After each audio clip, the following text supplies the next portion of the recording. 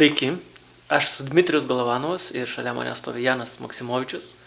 Rugsėjo 23 dieną mes kviečiame jūs į Paliesiaus dvarą, kur atliksime improvizacijos Čiurlionio muzikos temomis.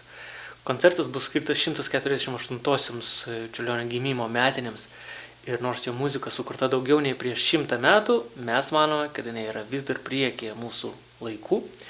Todėl programą mes pavadiname Paskui Čiurlionį, taigi rugsėjo 23 dieną Paliesiaus dvare.